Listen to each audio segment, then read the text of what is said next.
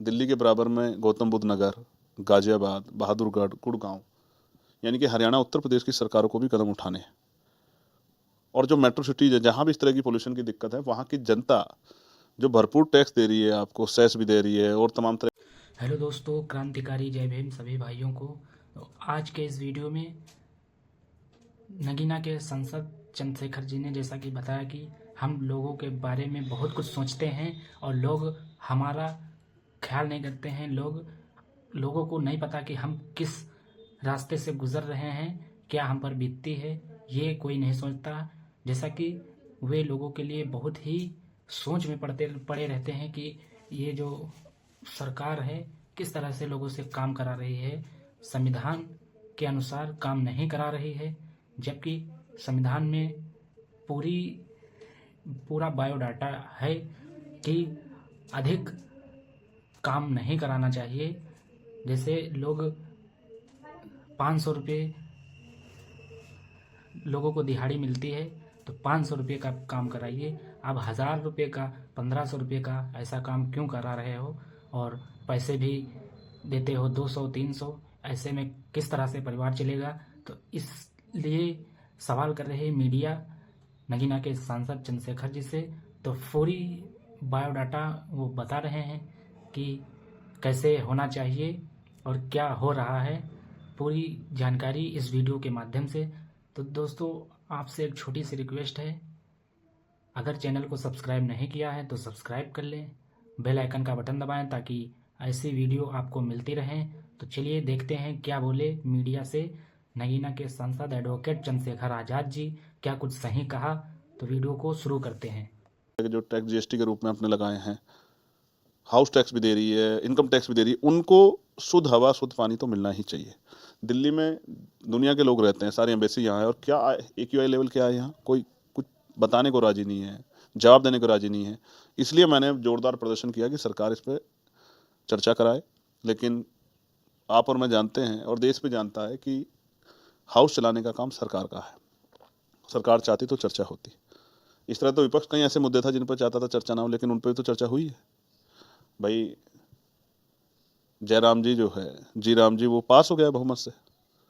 सरकार ने बड़े जो है वादे किए हैं कि हम 100 दिन की जगह 125 दिन काम देंगे, लेकिन सच तो ये नहीं है। मैं उत्तर प्रदेश से हूँ, उत्तर प्रदेश की सरकार पे 8 लाख करोड़ रुपए का कर्जा है। अभी जो नया कानून बना है, नाम बदलने के साथ साथ जो उसमें बदलाव किए गए, अमेंडमेंट हुए, उसमें जो निधि का वितरण है वो इस तरह किया गया कि 60% केंद्र देगा, 40% राज्य देगा।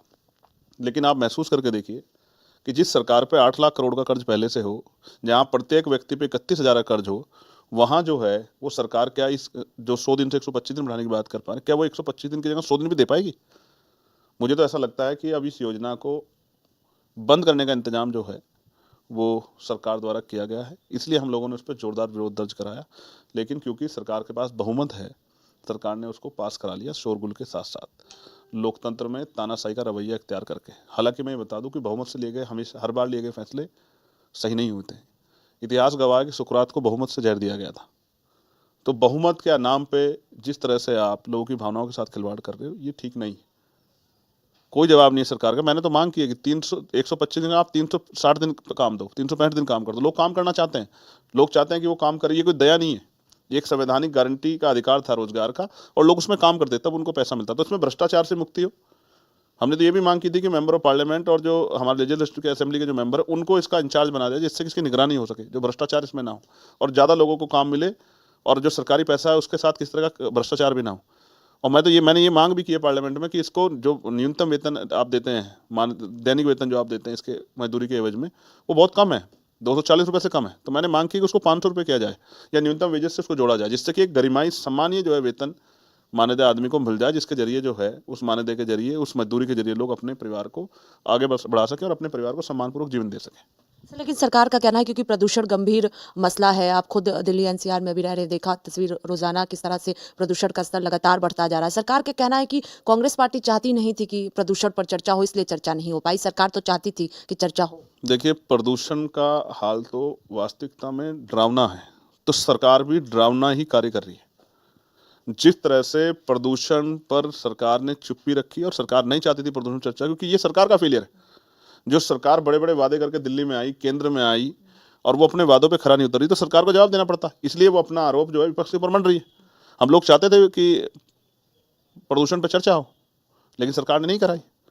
तो क्योंकि सरकार पिछले लंबे समय से, चाहे वो बेरोजगारी का विषय हो, चाहे वो महंगाई का विषय हो, चाहे वो नौजवानों के लिए जो है उनके सशक्तिकरण का विषय हो, चाहे महिला सम्मान सुरक्षा का विषय हो, चाहे वो पुलिस के भाइयों का विषय हो, उन पर हमेशा भागती है। मैं तो लगातार कह रहा हूँ कि हम अपने बारे में तो सोचते हैं, लेकिन हम सोचें उन बच्चों के बारे में जो स्कूल जा रहे हैं, हम सोचें उन कर्मचारियों के बारे में जो दफ्तर में बैठ के प्रदेश की देश की सेवा कर रहे हैं, हम सोचें उन पुलिस के भाइयों के बारे में जो बहनें जो सड़क पर खड़े होकर रक्षा कर रही हैं, सीआरपीएफ के जवान जो यहाँ खड़े अर्धसैनिक बल, हमें उनके परिवार के बारे में सोचना चाहिए। वो नौकरी कर रहे हैं, लेकिन उनके परिवार को मुसीबत में डालना, उनके जीवन खतरे में डालना ठीक नहीं है। इसलिए वायु प्रदूषण एक बहुत बड़ा विषय है। सरकार की चुप्पी और सरकार ने जिस तरह से इसको नजरअंदाज किया है, उससे स्पष्ट होता है कि सरकार पर गंभीर नहीं है, सरकार जवाबदेही से बचना चाहती है। इससे हटकर एक सवाल है कि बहराइच से जो वीडियो सामने आया था कथावाचक को लेकर, आपने खुद एक्स पर पोस्ट भी किया था और सवाल भी उठाया था, उस मामले में अब डीजीपी ने संज्ञान भी लिया है, जवाब तलब भी मांगा गया है, किस तरह से देख रहे हैं, क्योंकि खुद सवाल आपने इस पूरे मसले को लेकर उठाया था? देखिए, जब वो मामला मेरे संज्ञान में आया तो मैंने एक्स के जरिए उस पर सवाल खड़ा किया था। सवाल ये है कि ये कथावाचक किसी भी धर्म के होते हैं, क्या कथावाचक कोई संवैधानिक पद है? और डीजीपी ने जो संज्ञान लिया है, डीजीपी उत्तर प्रदेश ने, उन्होंने कहा है कि भाई पुलिस लाइन का गलत प्रयोग हुआ है। नहीं, ये गलत प्रयोग सिर्फ गलत प्रयोग नहीं हुआ है। आप किसी कथावाचक को गार्ड ऑफ ऑनर कैसे दे सकते हैं? तो गार्ड ऑफ ऑनर का भी अपमान है। क्या उत्तर प्रदेश सरकार संविधान से नहीं चल रही है? क्या वो कानून से ऊपर जाके कार्य करेगी? क्या वो संविधान से ऊपर जाकर कार्य करेगी? आप महसूस करके देखिए, ये कितना बड़ा अपमान और कितना जो है, ऐसा लगता है जैसे मनुस्मृति का राज उत्तर प्रदेश में आ गया हो। आप महसूस कीजिए, और मैं तो अपमान महसूस कर रहा हूँ कि जिस पुलिस पे हम लोग गौरव करते हैं, वो इतनी बड़ी गलती कैसे कर सकती है।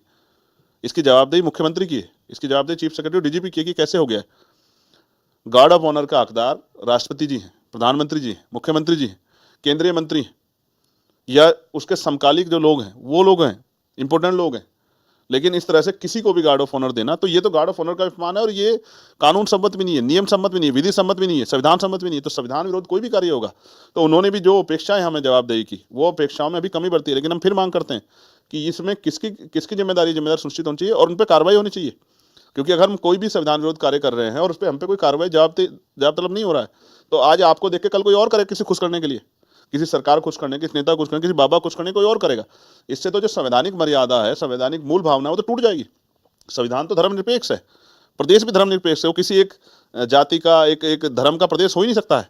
सरकार भी धर्मनिरपेक्ष है, लेकिन यहाँ तो तीनों चीजें, देश भी धर्मनिरपेक्ष है, संविधान भी धर्मनिरपेक्ष है, प्रदेश भी धर्मनिरपेक्ष है, क्योंकि संविधान के आधार पर सरकार भी धर्मनिरपेक्ष है। इस सरकार में भी अन्य धर्मों के को मानने वाले मंत्री भी हैं, विधायक भी हैं, सांसद भी हैं जो सरकार उत्तर प्रदेश केंद्र में है।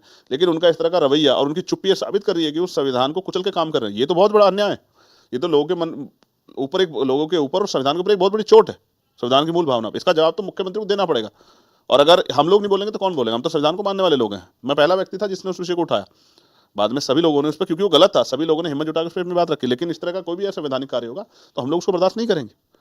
आपको याद होगा, मुख्यमंत्री बिहार ने जिस तरह का कृत्य किया, एक बेटी को जिस तरह उसके जो उसका चेहरा ढका था, उसको खींचने का प्रयास किया, ये गलत था। हमने आवाज़ उठाई, हमने उनसे जवाब मांगा कि अगर वो मानसिक रूप से डिस्टर्ब हो गए हैं तो उनको फिर इस पद पर रहने का अधिकार नहीं है। और अगर वो जानबूझ के ऐसा कर रहे हैं तो उनको जवाब देना चाहिए। वो बेटी किसी धर्म की होती, वो मुस्लिम होती, वो मुस्लिम थी, लेकिन वो सिख, जैन, ईसाई, हिंदू धर्म की बेटी भी होती, तो भी हमारा उनसे सवाल, ये उसकी निजता है।